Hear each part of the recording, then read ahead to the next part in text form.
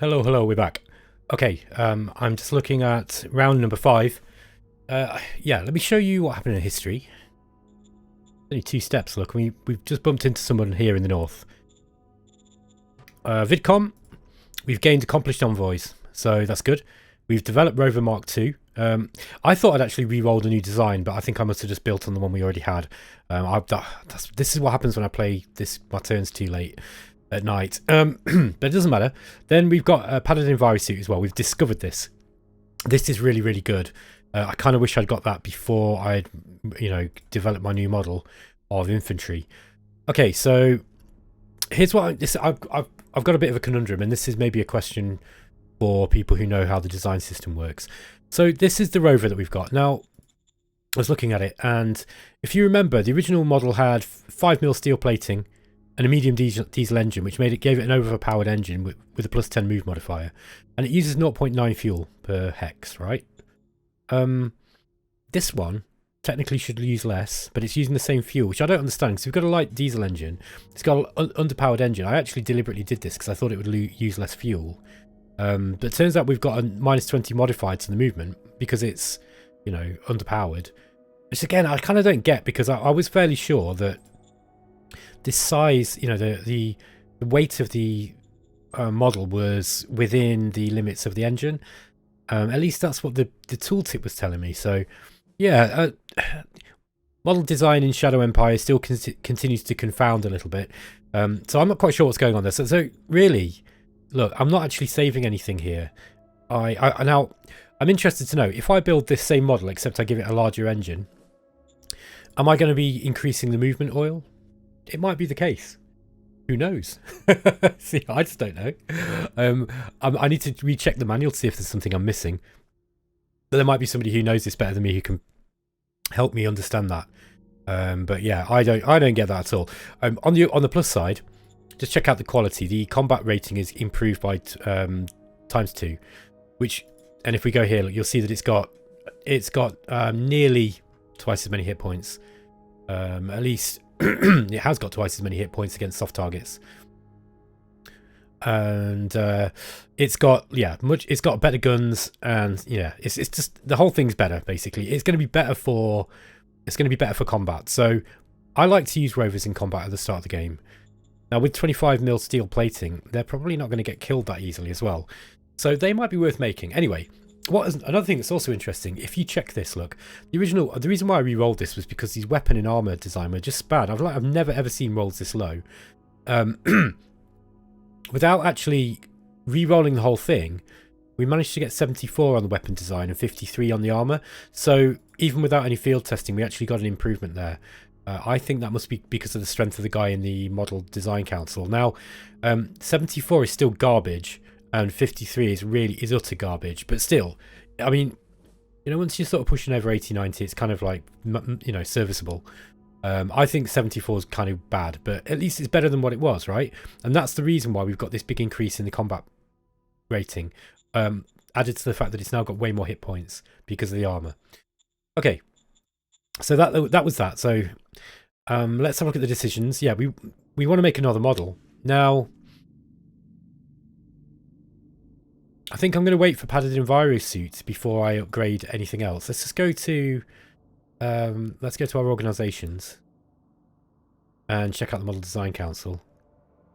Sorry, the Military Research Council. Yeah, we're actually going for high velocity guns at the moment. I might continue with that.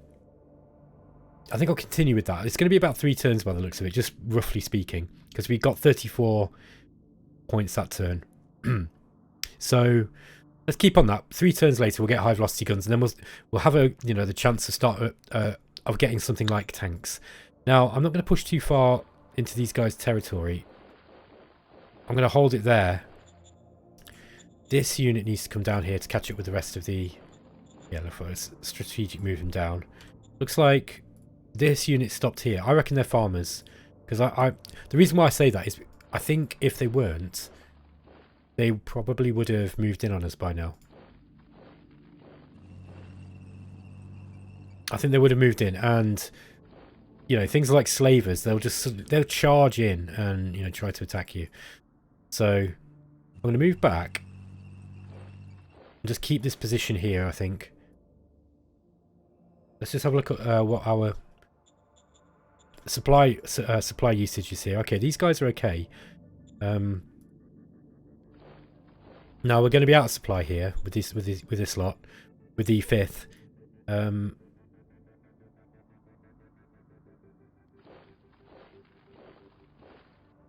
Yeah, I think I don't want to be too far out of supply here.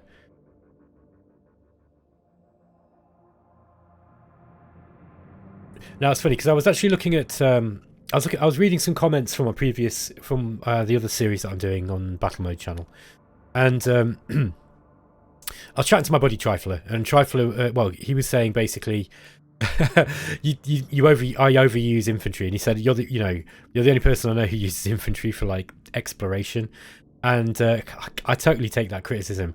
I think part of the reason why I do that so much is usually because I don't have anything else, and I need to be a little bit more proactive about creating, like research, exploration groups. And really what you want for that is motorbikes, I'd say. Because motorbikes are pretty cheap. So that was really, great criticism there. I like that because it made me think. I was like, right, okay, what can I do about that? Because it also annoys me that I tend to expand. I mean, I'm constantly expanding in my games. This is kind of how I play. You need to. I mean, it's a classic 4X in that respect.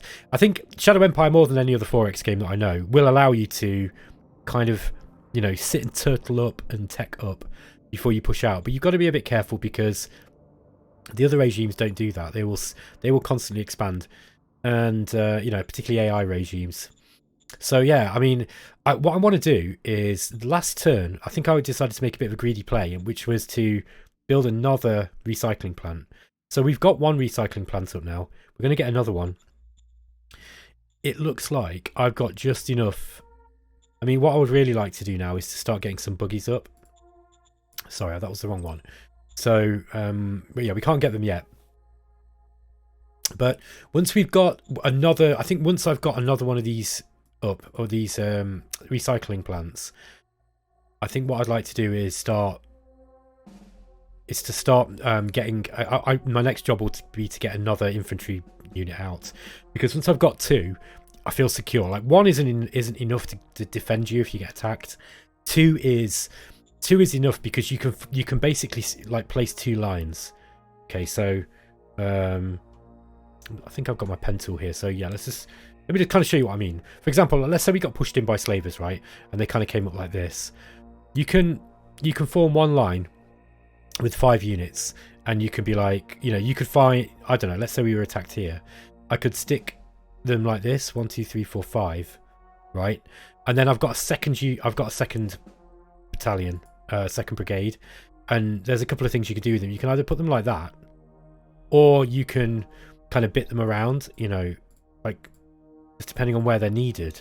And then they've got to, the whoever it is that's attacking you then has to start going around you, okay? And unless they've got a lot of units, like unless they've got lots and lots to be able to kind of get around you, they're not going to be able to do it. So generally what happens is they come in and they attack your first brigade, and your brigade, with them, usually because you've got machine gun infantry on at least one of them, you're going to take some hits. Then what happens is those guys fall back, right? You start cycling them out.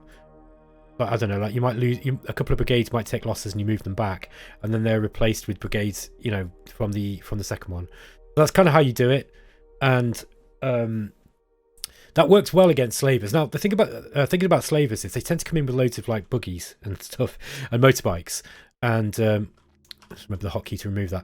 So yeah, you've got to be a little bit careful there because they can sometimes come in with a lot. Like I've had games, yeah, where slavers will come in and they'll hit you with 14 or 15 units all at once, and they're all fast moving. So one of these can get encircled quite easily. If you've got 2, even if you're in this kind of, even if you've got like 1 here and then 1 behind it, they can't really do that to you. Like they can try and go around. They can try and go around you. But for a start, you've got double the thickness, and secondly, you've got. You can also then move these guys back. So, for example, if that's not working for you, if they start to go round, like what you can do, is you've got your front line. You can then kind of like step these guys back and then, like I say, form them more piecemeal. So you've got a defense in depth basically, and they can't kind of get around you like that. And that would be the same for a player who's attacking you with tanks or something along the lines. Although if you've met a player who is attacking you with tanks at this stage of the game, good luck, because there's not really a lot you can do about that. I'd say it's going to be difficult for you to deal with. I don't think any of the players here are going to be close enough to be able to kind of surprise me with anything nasty like that this time around. At least so I'm hoping. Like, I think my closest rival is going to be somewhere around here, or maybe here, something like this. I can't remember where they were. I don't really know where they are. Just from the things that they've been saying. Like, I know a couple of them are in flatland. 2 of them have got basically not much terrain, which suggests to me they're either kind of like here, maybe here or something, and here. And there was the other guy who was saying he didn't really have any. He was struggling to see if he had any water. Okay, anyway. So I've kind of done that. That's really what's going on here. Model design. I'm probably not going to be... Yeah, we're going to have at least 3 turns, I think, before we get high velocity guns up, and then I can start researching padded envirosuit. I'd like to get padded envirosuit up and automatic rifle, actually, I think, before I make another model. Also, it'd be good to get a little bit of field testing into my infantry before. So, yeah, I mean, I don't know. What we could do here is try to just push this back. Ah, look at this.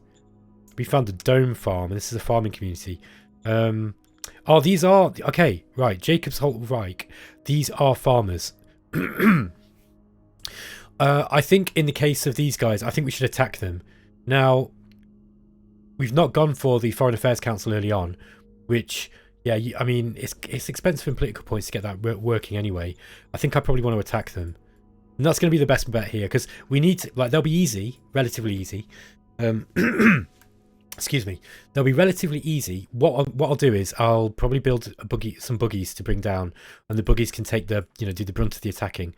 And then we'll use my usual encirclement tactics with the infantry to keep them, keep them in check. And that way we'll generate some field testing for the the models we've got on the go. With that being said,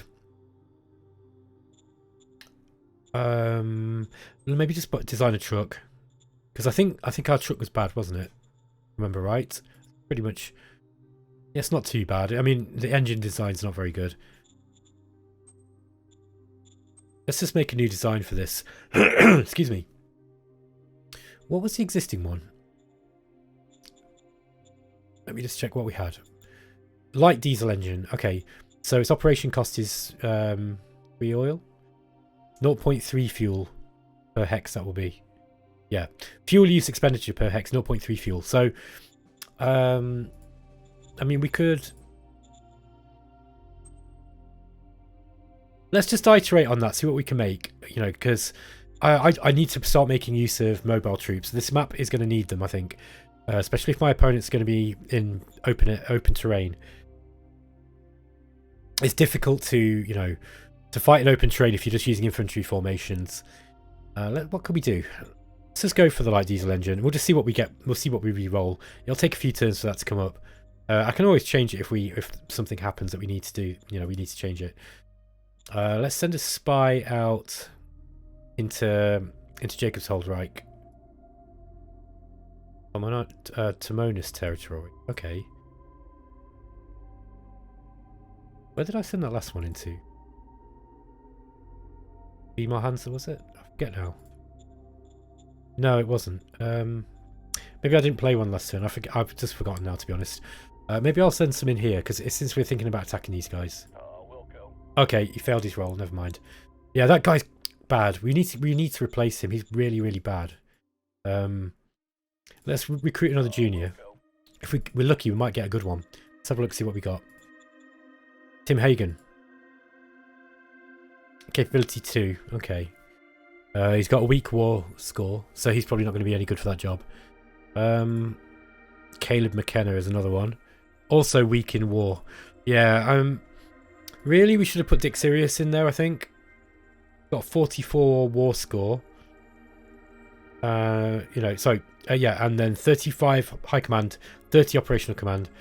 There was also, was it Greg's? No, it wasn't him. I think it was the guy that I put into the Military Research Council had a really high command score. Yeah. Maybe I'll put this guy in the high command now. Now he is going to be really, like, I don't really need someone really good in here at the moment. Mind you, 17 and 15 are bad. Even my secretary would be better. The other thing, of course, is by constantly recruiting these, you're paying for them. You don't pay much, but still, all that's happening, especially if they're ambitious, they start getting upset with you. So you're kind of you're basically training rebels, and I don't like that. I like to get rid of them as soon as possible. You can't really do that until you've got the internal council, though. Excuse me. So, yeah, what to do? Yeah, there's not really a lot we can do. I think that's it for this turn. So yeah, okay guys, I will catch you in the next one.